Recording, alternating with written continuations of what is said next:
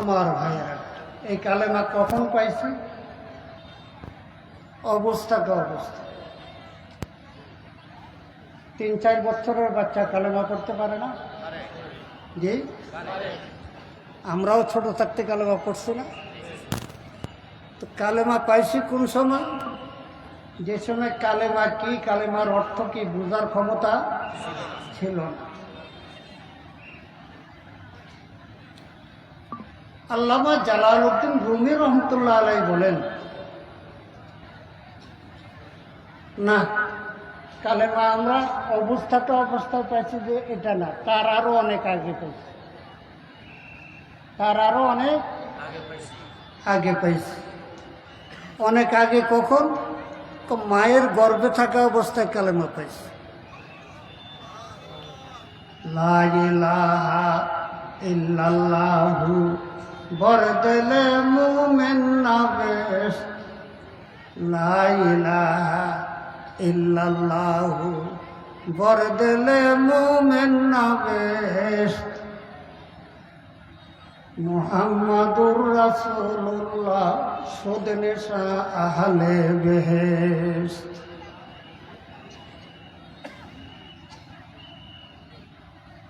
আল্লাহ পাক রব্বুল আলামিন প্রতিটি মুমিন বান্দার দিলের মধ্যে মায়ের গর্ভে থাকা অবস্থায় আল্লাহ পাকের কুদরতি হাতে তাওহীদের এই কালেমা লিখিয়া দিয়েছে।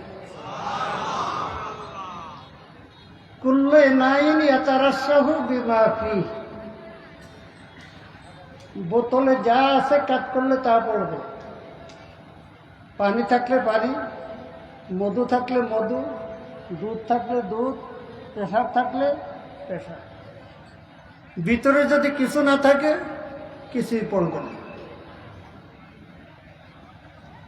যাদের মুখ দিয়া কালেমা বাইর হইতে আছে, যাদের জবান দিয়া কালেমা বাইর হইতে আছে, এদের প্রত্যেকের দিলের মধ্যে কালেমা লেখা আছে। হায় হায় হায় হায় হায়। বলে একটা লোক নামাজ পড়ে না, রোজা রাখে না, যাকাত দেয় না, হজ করে না, কিন্তু কালেমা পড়ে। জবান দিয়ে কি বাইর হইতেছে? কালেমা বাইর হইতেছে। তার দিলের মধ্যেও কালেমা লেখা আছে, তার দিলের মধ্যেও কালেমা লেখা আছে। এখন প্রশ্ন হইল, নামাজ পড়ে না, রোজা রাখে না, শরীয়তের হুকুম আহকাম পালন করে না, তো এর দিলের ভিতরে যে কালেমা আছে এর দ্বারা লাভ হবে কি? এর দ্বারা কি লাভ হবে? আল্লাহু আকবার, আল্লাহু আকবার, আল্লাহু আকবার। পেয়ারা রাসূল সাল্লাল্লাহু আলাইহি ওয়াসাল্লাম একদিন খুব চিন্তিত অবস্থায়,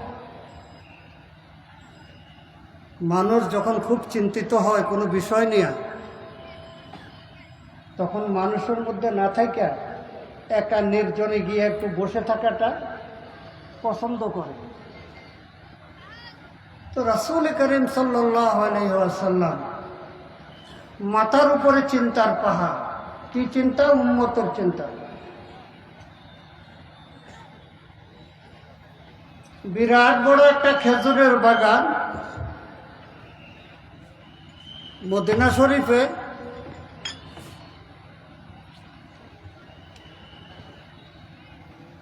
এই খেজুরের বাগানটার চতুর্দিক দিয়া বাউন্ডারি ওয়াল আছে।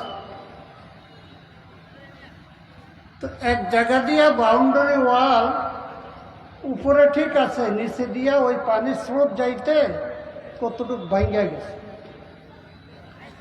মানুষ সোজা হইয়া ভিতরে ঢুকতে পারে না, ভিতরে ঢুকতে হইলে একটু মাথা নিচা করে বসি তারপরে ঢুকতে হয়।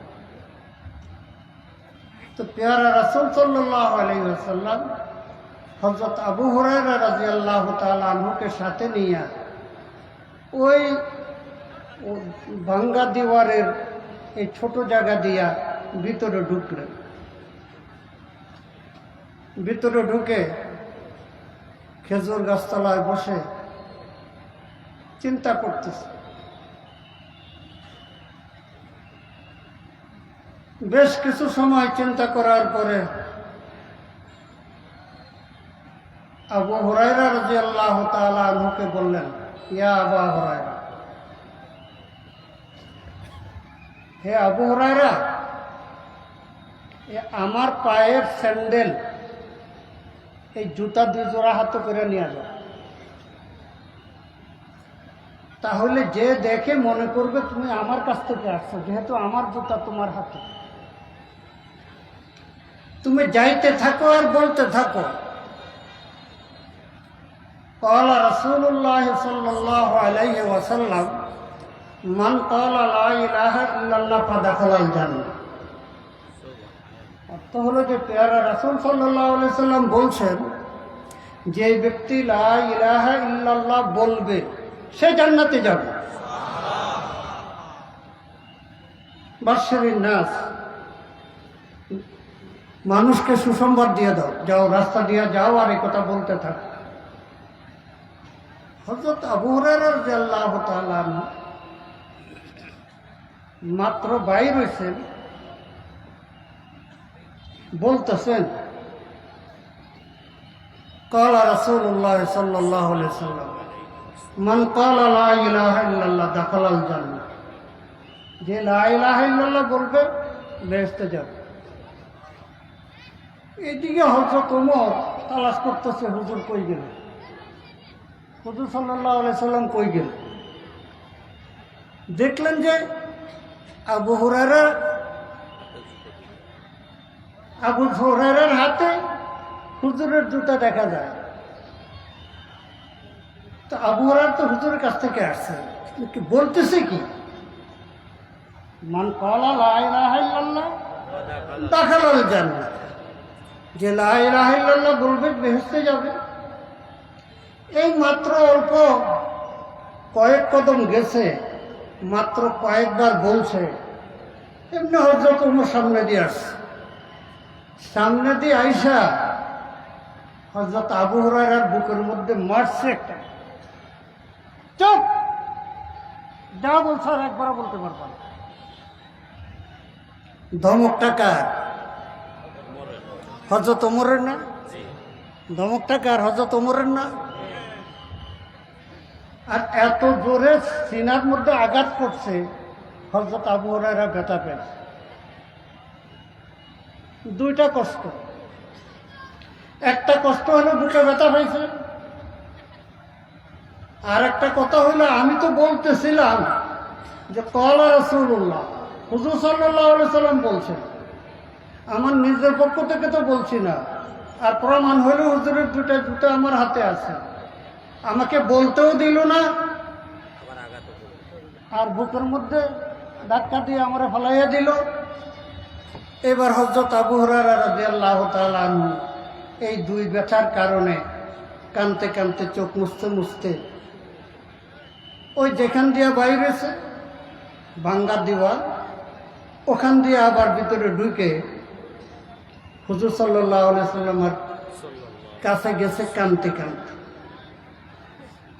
ওমর চিন্তা করলো, আবু হুরায়রা তো নিজের পক্ষ থেকে বলে নাই, হুজুরের পক্ষ থেকে বলছে। এখন আমি তো তাকে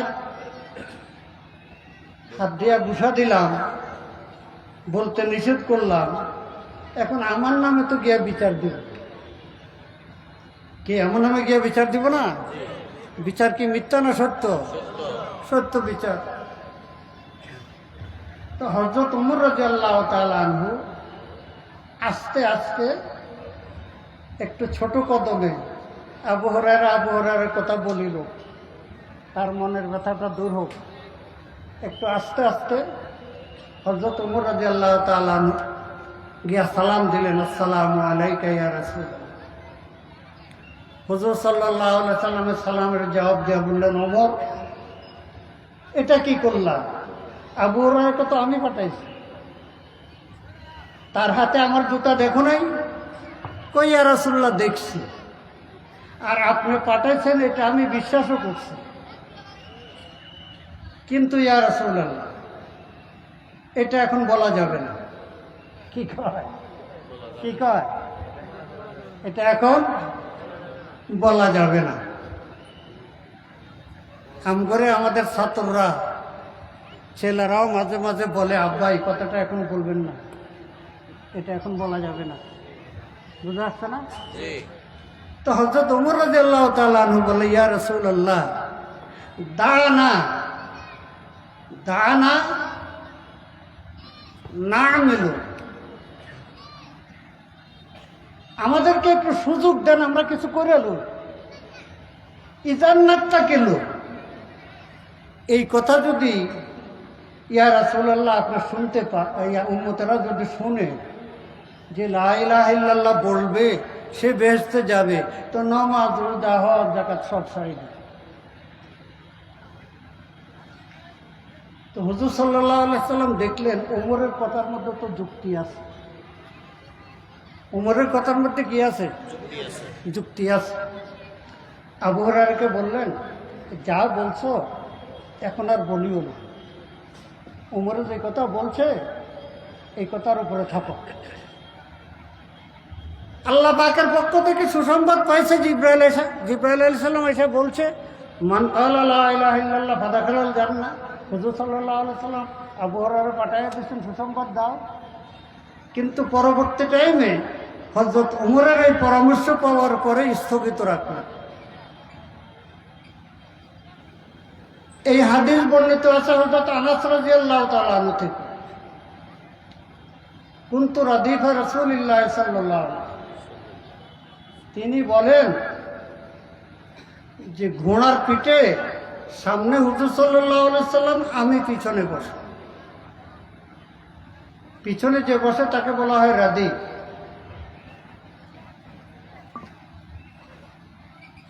হুজুর সাল্লাল্লাহু আলাইহি সাল্লাম বলছেন, মান ক্বালা লা ইলাহা ইল্লাল্লাহ দাখালাল জান্নাহ। আমি এতদিন এই কথা বলি নাই, এখন বয়স শেষ হয়ে গেছে, যদি আমি না বলি তাহলে এলেমটা গোপন থেকে যাবে, হুজুরের এই হাদিসটা গোপন থেকে যাবে। এই জন্য আমি বলতেছি। কি বলছেন? মান ক্বালা লা ইলাহা ইল্লাল্লাহ দাখালাল।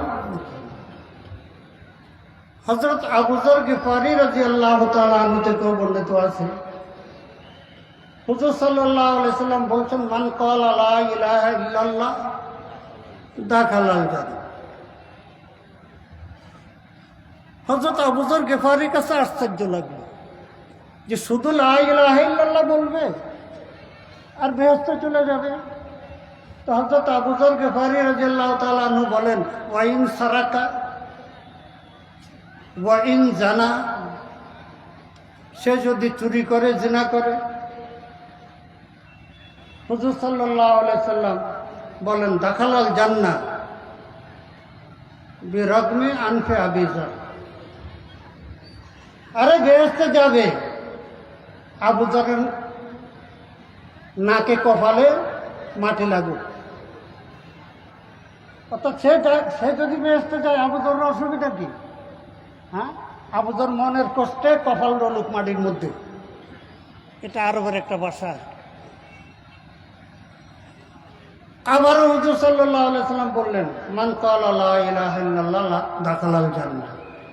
আবু যর আবারও বরদাস্ত করতে পারলেন না, ইয়া রাসূলুল্লাহ ওয়া ইন সারাকা ওয়া ইন জানা। হুজুর সাল্লাল্লাহু আলাইহি সাল্লাম বলেন, ওয়া ইন সারাকা ওয়া ইন জানা, যদিও চুরি করে, যদিও জিনা করে থাকে, যে কালেমা পড়েছে সে জান্নাতে যাবে। হযরত মুহাদ্দিসিন ইকরাম চিন্তায় পড়ে গেলেন, এক ওয়াক্ত নামাজ কাজা করলে এত বছর দোজখে যেতে হবে। চুরি করলে, পরের হক নষ্ট করলে আল্লাহ পাক এটা মাফ করবেন না, ইত্যাদি ইত্যাদি। এই হাদিসের অর্থ হলো, এই কালেমা যে ব্যক্তি ইয়াকিনের সাথে পড়বে সে জান্নাতে যাবে, কিন্তু যে সমস্ত পাপগুলা করেছে এগুলো শাস্তি ভোগ করার পর। কি জীবনে শুধু কালেমা পড়েছে, কোনো আমল করে না, জান্নাতে যাবে, কিন্তু গুনাহগুলোর শাস্তি ভোগ করার পর। দেখেন,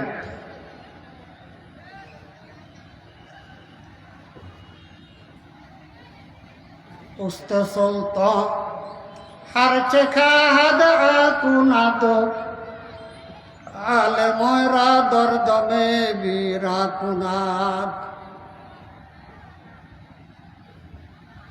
সেদিন রাজত্ব কার? সেদিন একচ্ছত্র রাজত্ব কার? আল্লাহ। সবকিছু ধ্বংস হয়ে যাবে, এমনকি ফেরেশতারাও ধ্বংস হয়ে যাবে, আজরাইল আলাইহিস সালামেরও মৃত্যু হয়ে যাবে, সৃষ্টি বলতে কিছুই থাকবে না, সব শেষ। সেদিন আল্লাহ পাক রব্বুল আলামিন তিনবার জিজ্ঞাসা করবে, লিমানিল মুলক আল ইয়াউম, আজকে রাজত্ব কার? আর কেউ তো নাই, কেউ জবাব দেন আছে? হ্যাঁ, আমেরিকার প্রেসিডেন্ট আছে, রাশিয়ার প্রেসিডেন্ট আছে, হ্যাঁ, আমকো দেশের তন্ত্রী মন্ত্রীরা আছে? কেউ নাই। তিনবার আল্লাহ পাক জিজ্ঞাসা করে বলবে, লিল্লাহিল ওয়াহিদিল কাহ্হার। কাহ্হার পরাক্রমশীল, শক্তিধর, ক্ষমতাবান আল্লাহ ব্যতীত আর কেউ। তো ওই আল্লাহ পাক যদি একটা বন্দারে শুধু কালেমা পড়ছে, এই আমার সামনে বসে কেউ এদিক সেদিক তাকাতে পারবে, এ লাঠি আছে না, ওয়াজ এত সহজ থাকে? বলে কত হুমকি দমকি, ওয়াজ করা যাবে না, আমরা বলে বন্ড। কি আঙ্গ বন্ডামি দেখিল, আঙ্গ বন্ডামি দেখিল। আমরা কি বলি, কি শুনি, কি শোনাই? মাথা খারাপ, মাথা খারাপ, মাথা খারাপ। চোখে মুখে এখন আর কিছু দেখে না, সরিষার ফুল দেখে। চোখে মুখে এখন সরিষার ফুল দেখে, আর কিছু দেখে না। দেখ, খেতে গেলে আমার আওয়াজ নষ্ট হইব। হাদিস শরীফে আছে, আমলনামা ওজন দিবে, প্রত্যেকের ন্যাক বডি ওজন দেওয়া হবে না। তো এক ব্যক্তি গেছে, কত তোমার সম্বল কি আছে, উড়াও, তোরা যাতে উড়াও। আল্লাহ আমার এমনি দুজকে হলাই দেয়, আমার মাপার মতো কিছু নাই, আমার কি নাই, তেমন কিছু নাই আমার। কয়ে বন্ধা, আজকে তোমার উপরে জুলুম করা হবে না, কিছু নাই তোমার কিছু নাই।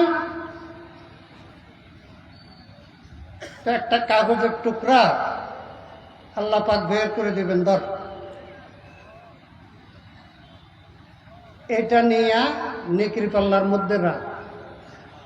আয় আল্লাহ,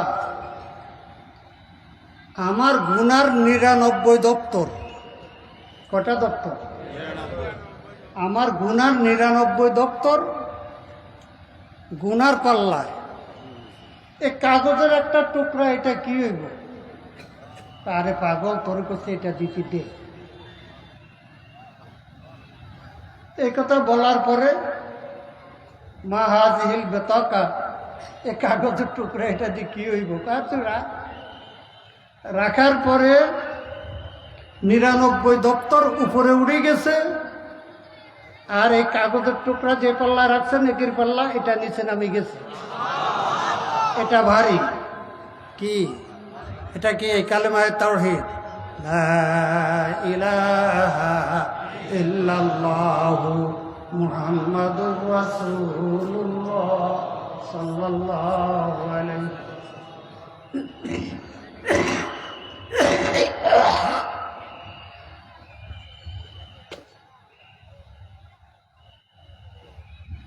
দেখেন না, আমাদের দেশেও ফাঁসির আসামি। কিসের আসামি? কিন্তু দলের লোক। কিসের লোক? খালাস। কে? প্রেসিডেন্ট। হ্যাঁ, আরে বেশি দূর না, আমি লক্ষ্মীপুরের মধ্যে তো হয়েছে ঘটনা। হ্যাঁ, কথা কয় না। হ্যাঁ, কথা কয় না। হ্যাঁ,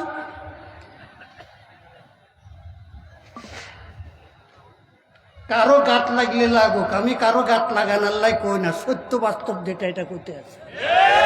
কেউ টানে নিয়ে নিজের গাত লাগাইয়েন না। দাওয়াত দিতে চিন্তা করেন না। বাবা রে বাবা, কোন আমলে? যেই আমলে নির্বাচনের নাম নেওয়াটাও আতঙ্ক ছিল। কি? একবার না দুইবার হাত পাকার বাতাস দিয়ে নৌকা ডুবাইয়া দিছে। কি? সরকারিয়া ইউনিয়নের চেয়ারম্যান। কি ক্ষমতা কে ছিল? আওয়ামী লীগ ছিল না? আচ্ছা, তারপরে উপজেলা নির্বাচন, এক ইউনিয়ন না, এখানে 9টা ইউনিয়ন। এই নির্বাচনে নামলাম, নাই না দেখি যে আরে আমার পিছনে আমার যারা, তারাও আমার সাথে নাই। কি ইশারাই করলে আমার? কি আমার যারা, তারাও আমার সাথে নাই। দরি দরিয়ায় বেপায়া দরি তুফানে মোজাফজা দিলাব গন্ধম বিসমিল্লাহ এ মজরে হাওয়া মুরসাহা। আমি মাঠে নেমেছি আল্লাহর জন্য, আল্লাহর উপর ভরসা করি। এই জন্য কে আমার সাথে আছে না আছে সেটা আমি দেখি নাই, আমার মালিক আমাকে কামিয়াব করছে।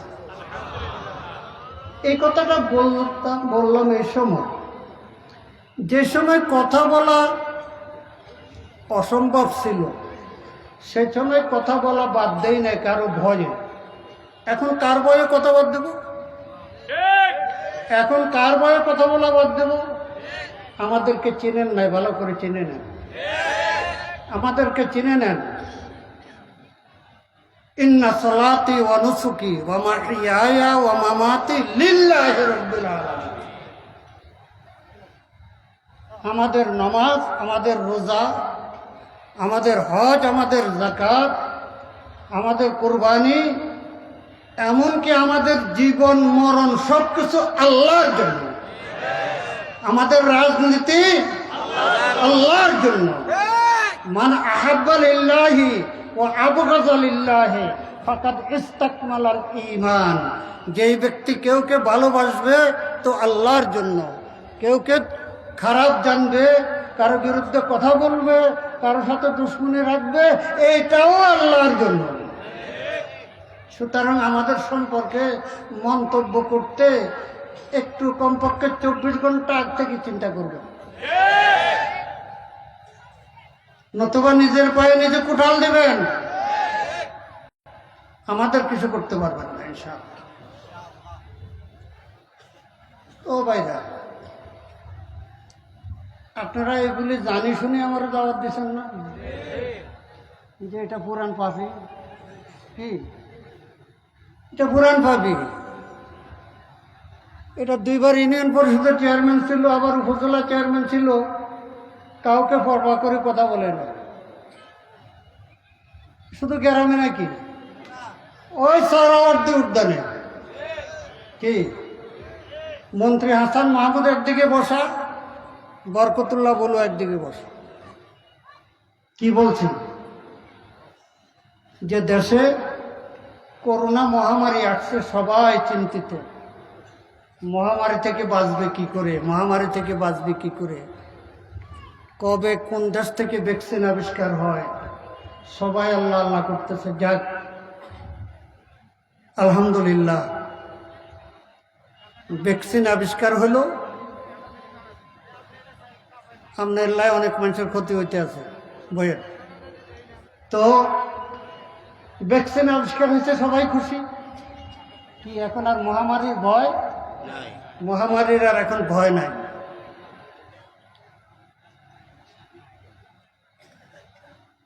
তো আমি ওখানে বলেছিলাম যে বাংলাদেশে ভোট চুরি আর ভোট ডাকাতির মহামারী চলছে। ভোট চুরি, ভোট ডাকাতির মহামারী চলছে। এই মহামারী থেকে বাঁচার জন্য ভ্যাকসিন কবে আবিষ্কার হবে, কবে আবিষ্কার হবে, কবে আবিষ্কার হবে, সবাই চিন্তিত। আমি লক্ষ্মীপুর কমলনগর ৮ নং চরকাদিরা ইউনিয়ন থেকে ভ্যাকসিন আবিষ্কার করছি। কি ভ্যাকসিন আবিষ্কার করছি? ভোটারদেরকে বলছি এমন জুতা পরে কেন্দ্রে যাইবা না। কারণ ভোট চুরির ভোট ডাকাতির দুইটা পদ্ধতি। একটা পদ্ধতি হলো কেন্দ্র দখল করা, আর একটা পদ্ধতি হলো ভোটারের হাত থেকে ব্যালট পেপার টান দিয়া নিয়ে নৌকা মার্কায় সিল মারা। তা আমি বলছি ভোট চুরি আর ভোট ডাকাতির জন্য ভ্যাকসিন আমি আবিষ্কার করছি। ভোটারদেরকে বলছি এমন জুতা পরে কেন্দ্রে যাইবে না যেটা খুলতে দেরি হয়। তোমার হাতের ব্যালট পেপার টান দিতে চাইবে, আসবে, জুতাটা খোলা ঠাস করে একটা জুতার বাড়ি দিবা, ৫,০০০ টাকা পুরস্কার। দুইটা জুতার বাড়ি দিবা, ১০,০০০ টাকা পুরস্কার। উনামলে বলছি, জুতার বাড়ি গালে লাগে নাই? কি হাত খুললারে ইশারা, হাত খুললারে ঠেসারা। এখন আঙ্গুরে ভয় দেখান, এখন আমাদেরকে ভয় দেখান। হ্যাঁ, তো লজ্জার শরম থাকা দরকার। যারা আমাদের বিরুদ্ধে কথা বলে, যারা আমাদেরকে ভয় দেখাইতে চায়, আমরা কখনো কারো পরোয়া করে নাই। ন্যায় এবং হক কথা বলতে কারো পরোয়া করব না। ও আজ কেমনে গরম কন না, হতে টান দিল যায় একদিন দাঁড়াবাই কি নৌকা সামনে নেওয়া যায়নি। হ্যাঁ, বর্তমান কথা বলতে হইলে স্থান, কাল, পাত্র। স্থানটা কি? বাংলাদেশ। কাল, সময়টা কি? নির্বাচনের সময়। কি পাত্র? আমরা সবাই কি ৯২% মুসলমান। কি কর? কোরআনের রাজনীতি আসেনি? করে একদলে কয় কোরআনের রাজনীতি নাই। কি কয়? হ্যাঁ, কি কয়? কোরআনের রাজনীতি। শরিয়া আইনে বিশ্বাস করি না। ইমান থাকবো না এই কথা কইলে? ইমান থাকবো না এই কথা কইলে তো কাফের ফতোয়া দিয়া লাগবেন নি? না না, তাড়াতাড়ি কাফের ফতোয়া দিয়ে না। হুজুর সাল্লাল্লাহু আলাইহি ওয়াসাল্লাম বলছেন, সায়াতি জামানুন আলা উম্মতি, আমার উম্মতের সামনে এমন একটা সময় আসবে, ইউসবিহু মুমিনান ওয়া ইউমসি কাফিরা ওয়া ইউমসি মুমিনান ওয়া ইউসবিহু কাফিরা। সকালবেলা মুমিন, বিকেলে কাফের, সন্ধ্যাবেলা কাফের। সন্ধ্যাবেলায় মুমিন, বিকেলবেলা কাফের। এমন কথা বলে ফেলবে যেটার দ্বারা ইমান কি হয়ে যাবে? শেষ হয়ে যাবে। আমাদের কোরআনের রাজনীতি আসেনি? এদিকে সময় আমার কতটুকু এটা বলেন না, একটু পরে তরে দিবেন 5 মিনিট, আমার মূল কথা বেগিন থাকা যাবে। হ্যাঁ হ্যাঁ, আচ্ছা কয় বলেন, কি কয়? না বেশি বলতে পারতাম না, বলার কথা। আচ্ছা যাক, আল্লাহ পাকের মেহেরবানি। কোরআনের রাজনীতি আসেনি? হ্যাঁ, যারা বলছে কোরআনের রাজনীতি নাই, ইসলামী শরিয়া বিশ্বাস করি না, তাদের সমর্থক ভাইয়েরাও বলা করে শুনেন, যেহেতু মুসলমান,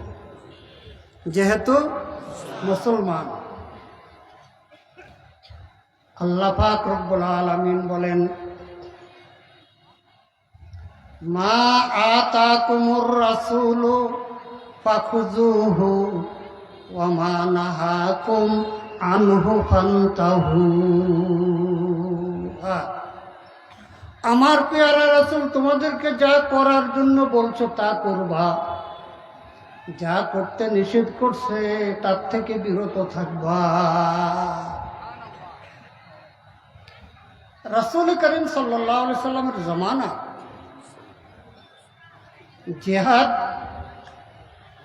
যুদ্ধ থেকে আসার টাইমে গনিমতের মাল নিয়ে আসছে সাহাবায়ে কেরাম। এই গনিমতের মাল ভাগ হইতে আছে, এর ভিতরে কুরাইশ বংশের উঁচু বংশ না, পেয়ারা রাসূলের বংশ না, একজন মহিলা, মহিলাদের কিছু জিনিসের প্রতি বড় আকর্ষণ থাকে। পরে কি হইব না হবে এই চিন্তা নয় কি। তো সুন্দর একটা অলংকার ছিল, তো ওই কুরাইশের ওই মহিলা ওটা চুরি করছে। তো এই মূল্যবান এই গয়নাটা ছিল, সবাই দেখছে, গেল কই, কারা নিতে পারে, কে নিতে পারে, তাল্লাশি করতে করতে কি পাওয়া গেল, ও কুরাইশের ওই মহিলার কাছে পাওয়া গেল। এখন চুরি ধরা পড়ছে নি। হ্যাঁ, শুনে রাখো মুসলমান, শুনে রাখো, কান খুলিয়া শুনে রাখো। হায় হুজুর সাল্লাল্লাহু আলাইহি সাল্লামের কাছে নিয়ে আসছে। এখন চুরির বিচার কি? হাত কাটা। আইন এটা কার? আল্লাহ। আইন এটা কার? আল্লাহ। আইন এটা কার? আল্লাহ। এখন মুশকিল হলো হাত যে কাটা যাইব, সম্মানী মানুষ, কুরাইশ বংশের মহিলা, গোটা যাইত চলে যাইব, কি যাইব, যাইত যাইব। এবার কুরাইশ বংশের বড় বড় কিছু লোক পেয়ারা রাসূল সাল্লাল্লাহু আলাইহি সাল্লাম বললেন, লাউ কানাত, চুরি করলে এদের হাত কাটা যাবে যদি ইসলামী দল ক্ষমতায় যায়। এই জন্য ইসলামী দলের ঐক্য ভালো লাগে না। এবার ইসলামী দলের ঐক্য ভালো লাগে না। কিছু কিছু মৌলবীদেরকে কেনার চেষ্টা করতেছে, রয়ের কোটি কোটি টাকা এর পিছনে। কিছু কিছু মৌলবী বিক্রিও হয়ে গেছে, পরে আপনারা জানতে পারবেন ইনশাআল্লাহ। হায় হায় হায় হায়, আপনারা দোয়া করেন আগামী সংসদ নির্বাচনে আমাকেও নাকি নির্বাচন করতে হবে। দলের পক্ষ থেকে নমিনেশন দেওয়া হয়েছে, কার্যক্রম শুরু হয়েছে। এ দোয়া করেন আমার এই লাঠিটা লইয়া নিয়ে একটু সংসদে যাইতে পারি।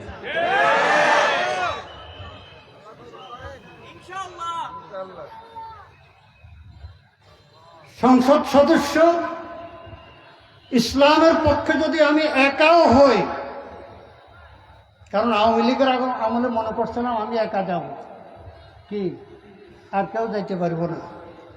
এখন আলহামদুলিল্লাহ আশা করা যায় আমি একা নয়, সংখ্যাগরিষ্ঠতা নিয়ে ইনশাআল্লাহ আমরা সংসদে যাব। আমি আগ থেকে বলে রাখি,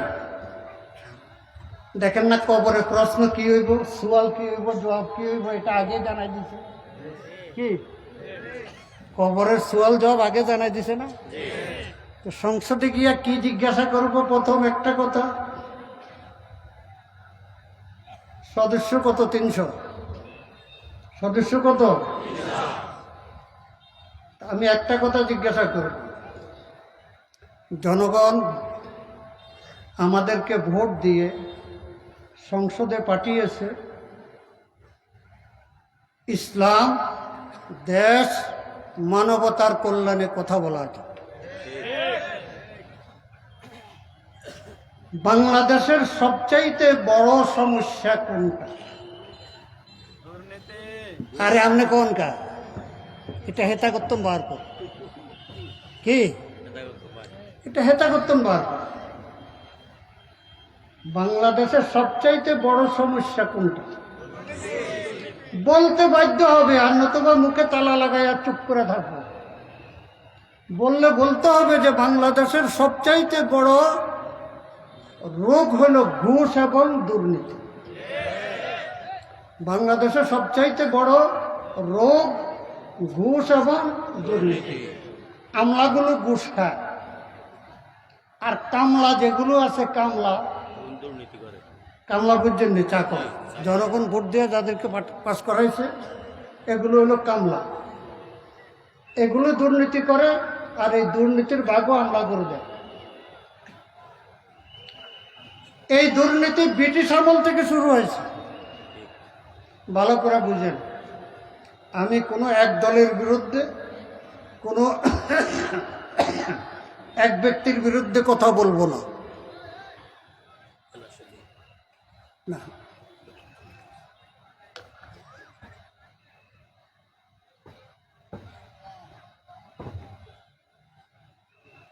ঘুষ দুর্নীতি শুরু হয়েছে ব্রিটিশ আমল থেকে।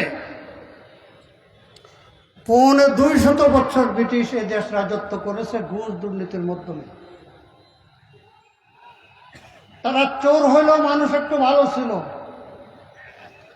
মাঝে মধ্যে চুরি ডাকাতি করে না, বাসের মধ্যে রাস্তাঘাটে চুরি ডাকাতি করে, তো মাঝে মধ্যে কয়ে সব লয়ালিস এই লোকটা বাড়িতে যাবো কেমনি, হ্যাঁ এই লোকটা খানা খাইবো কই, এই কিছু টাকা দিয়া দেবো না, তো কি 500-1000 টাকা। চোর হইলেও মানুষ একটু ভালো। তো ব্রিটিশরা চোর হইলেও একটু ভালো ছিল। টেন্ডারের মাধ্যমে যেই বরাদ্দ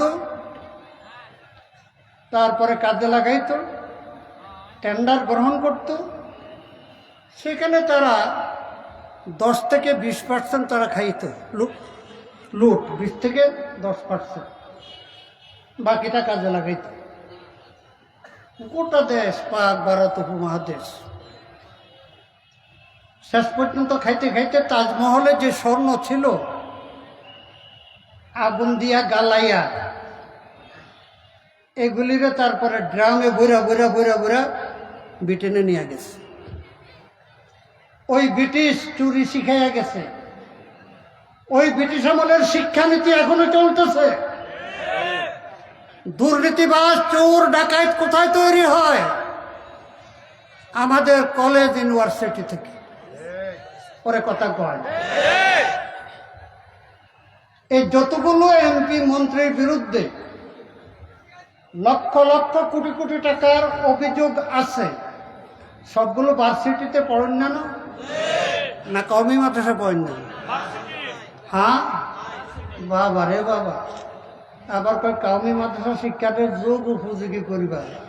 তো তোমাদের যোগ উপযোগী শিক্ষায় তোমাদেরকে এমন লুট করা শিখাইছে যে একবার ক্ষমতায় গিয়া লুট করার পর আর দেশে থাকতে পারো না, দেশে থাকার সাহস আর পাও না। আর 3বার ক্ষমতায় থাকার পরে তো এমন অবস্থা, কোথায় জাগে গিয়া পালাইবে সে জায়গাও পায় না। বুঝেননি? সদ্য না বুঝেন, বেজার হয়েছেন নি? এই উজানি হুজুর কত সদ্য না বুঝেন, ডালের বড়া বুঝেন, কচু বুঝেন, বুঝলে বুঝে দেশের এই অবস্থা হইত। এত লুটতরাজের পরও 16 বছর একটি দল কি করে ক্ষমতায় থাকে? হ্যাঁ, আবার বড় দল আমরা, কি কয়? তো তোমরা বড় দল, তোমাগুলোকে এত ছোট দল বসে বসে কি মাছি মারছ না মশা মারছ? হ্যাঁ, কত রবি জলে রে, কে বা কি মেলে রে, খাইতে আছে লুট করে। ক বছর খাইছে হিসাব রাখ। 5 বছর তো গেল, এখন 14 সালের নির্বাচন। মাতিচ্ছা দেখি চোরাই কি করে, দেখি চোরাই।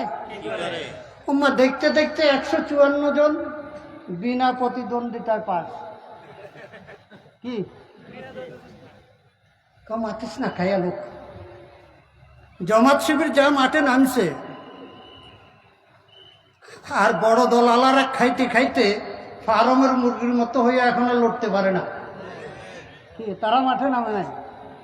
নতুবা ওই সময় আওয়ামী লীগ সরকারের পতন হইতো, মন্ত্রী কয়েকটা দেশ ছাড়ি চলে গেছে। আমি ওয়াজ মাহফিলে যেতে পারি না, লক্ষ্মীপুর থেকে কিশোরগঞ্জে আমার মাহফিল, গাড়ি ঘোড়া তো বন্ধ।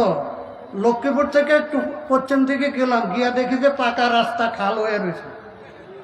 পাকা রাস্তার মধ্যখানে যাক পায়ে হেঁটে খালটা পার হইলাম, রইলাম রিক্সা আর একটা, দেখি চেষ্টা করি। লম্বা কথা সেদিকে আর গেলাম না। হ্যাঁ, জমাত শিবিরের মাথায় লবণ রেখে বড়ি খেতে চাইছে। এখন জমাত শিবিরও সাবধান, আমাদের মাথায় লবণ রেখে আর বড়ি খেতে পারবে না। দেখি চোরাই কি করে। 14 সালে নির্বাচন কি হলো, 154 জন বিনা প্রতিদ্বন্দ্বিতায় পাস। এরা দেখলো যে কি আমাদেরকে এত ডরান ডরা, লুট করতে করতে এমন করলাম। হ্যাঁ, সংসদীয় আসন 154টা লুট করে ফেলাইলাম, তোদের কিছু কয় না। গেল আরো 5 বছর, ক বছর হইল? 10 বছর। এখন নির্বাচন তো করুন লাগবো না? এবার বালা মানুষ আছে, হাতে তসবি, হাতে কি, হাতে কোরআন তেলাওয়াত করে, এটা বাইরে নামাজ পড়ে, এটা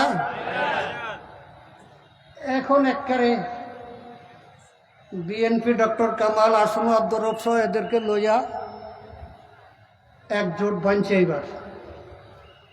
এবার আর ছাড় দেওয়া হইব না। সবারে দাওয়াত দিয়া নিয়ে কয়, আমি বঙ্গবন্ধুর কন্যা, আমার উপরে আপনারা আস্থা রাখতে পারেন না।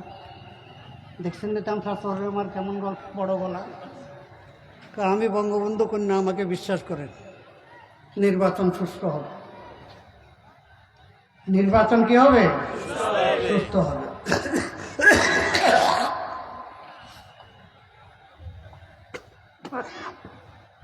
বিশ্বাস করি সবাই নাকে তেল দি ঘুমা, নির্বাচনের আগের রাত্র কি ঘুমা কইয়া দিছে। এইবার সুস্থ মুষ্ট নির্বাচন করে ক্ষমতা যেতে পারবে না। কি করতে হইব? কই যে আগের রাত্রে বাক্স ঘুরা লাইতে, কি আগের রাত্রে বাক্স ঘুরা লাইতে। এই গণতন্ত্র দেখছেন, এই গণতন্ত্র আমার কিছু ভাইয়েরা কয় গণতন্ত্র হারাম। কোন গণতন্ত্র হারাম এটা কইবেন তো? হ্যাঁ, কোন গণতন্ত্র হারাম এটা কইবেন তো? তো যাক, রাত্রে ভোট দিনে, দিনের ভোট রাত্রে, তাহলে বালা করে মার খাইছি নি একটা। এইবার 24 সালে আইসা বুঝ হয়েছে কন্যা রে, কি এবার একটা নির্বাচনে যাইতাম না। আওয়ামী লীগও বুঝছো এবার আর পায়ে ধরিয়ে নির্বাচনে নিতে পারবো না। তোমাদের নির্বাচনে আসা লাগবে না, আমরা যথেষ্ট। নৌকালো দাঁড়াইবি অজ্ঞা, ট্রাক মার্কালো দাঁড়াইবি অজ্ঞা, ইগল পাখিলো দাঁড়াইবি অজ্ঞা। বিদ্রোহী প্রার্থীদের বিরুদ্ধে কোনো অ্যাকশন নেওয়া হইব না। চলছে নির্বাচন, চলছে নির্বাচন। ও মা অনহেতারা কয় ইসলামী আন্দোলন 16 বৎসর হাসিনাকে হাত পাকা দিয়ে বাতাস করছে। এটা তোর গালে ঠোয়া উঠে নাকি? হ্যাঁ, কিরে 14 সালে তোরাও নির্বাচন করস নাই, আমরাও করি নাই। হ্যাঁ, 18 সালে দল বললো তোরাও নামছ, আমরাও নামছি। মাত্র 6টা আসন লইয়া তোরা সংসদে গেছ, হালুয়া রুটি খাইছ, বাতাস তোরা করছিস না আমরা করছি। হ্যাঁ, তো 24 সালে তোরাও যাস নাই, আমরাও যাই নাই, তো বাতাস করলাম কোনান দিয়ে? হ্যাঁ, এবার এমন বাতাস করুন শুধু ছিটা না, দাম সহ উড়ে দেবে। কিরে ভাই, যাক আলোচক আরও আছেন, ওনারা বয়ান করবেন। আমি রাজনৈতিক মানুষ, রাজনৈতিক কিছু কথা বললাম, কথা বুঝছেন না? তো রাজনীতি আছে না ইসলামে? হুজুর সাল্লাল্লাহু আলাইহি সাল্লাম রাষ্ট্রপ্রধান ছিলেন নি? সেনাপ্রধানের দায়িত্ব পালন করছেন নি? হযরত আবু বকর সিদ্দিক, হযরত উমর ফারুক, হযরত উসমান গনি, হযরত আলী রাদিয়াল্লাহু তাআলা আনহু। আলাইকুম বিসুন্নতি ওয়া সুন্নাতিল খুলাফায়ে রাশিদিন আল মাহদিয়্যিন। আলাইকুম, আমাদের উপরে জরুরি ফরজ কি হুজুর সাল্লাল্লাহু আলাইহি সাল্লাম এবং খোলাফায়ে রাশিদিনের পদাঙ্ক অনুসরণ করে চলা। কাজেই ইসলামী আন্দোলন যে কি ভণ্ডামি করে আজকে ভালো করে শুনে যাইবেন। ও আখিরু দাওয়ানা আলহামদুলিল্লাহি রাব্বিল আলামিন।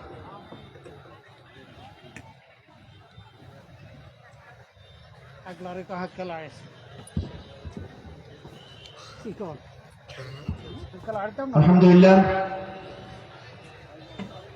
আল্লাহ রাব্বুল আলামিন হুজুরের হায়াতের মধ্যে বরকত দান করেন, বলেন আমিন। হুজুরের দ্বারা যেন আল্লাহ দেশ এবং জাতির খিদমতে আমরা দোয়া করি, আল্লাহ তাআলা হুজুরের হায়াতের